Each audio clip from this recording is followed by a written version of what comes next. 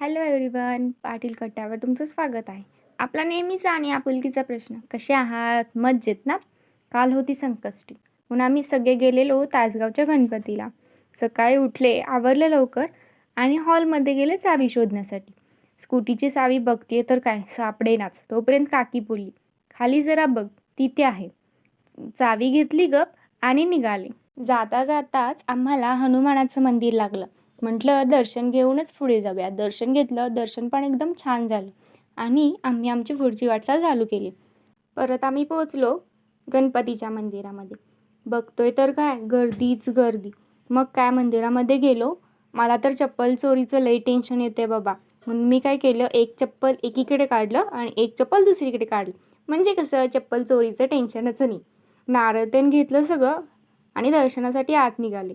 तोपर्यंत चालू झाला पाऊस. पळत पळत आतमध्ये गेले. खरंच बाप्पाला बघितलं आणि मन प्रसन्न झालं. सगळे विचार एकदम दूर गेले. खरंच संकटाचा विघ्नहर्ता गणपती बाप्पा आपल्या सगळ्यांचाच लाडका गणपती बाप्पा आहे, बरोबर ना मंडळी? दर्शन एकदम छान झालं. दर्शन घेतलं आणि आम्ही निघालो. मंदिराबाहेरील ज्यूस छान असतो म्हणून म्हटलं ज्यूस घेऊन जावं. मस्त ज्यूस प्यायलो आणि घरी जाण्यासाठी निघालो.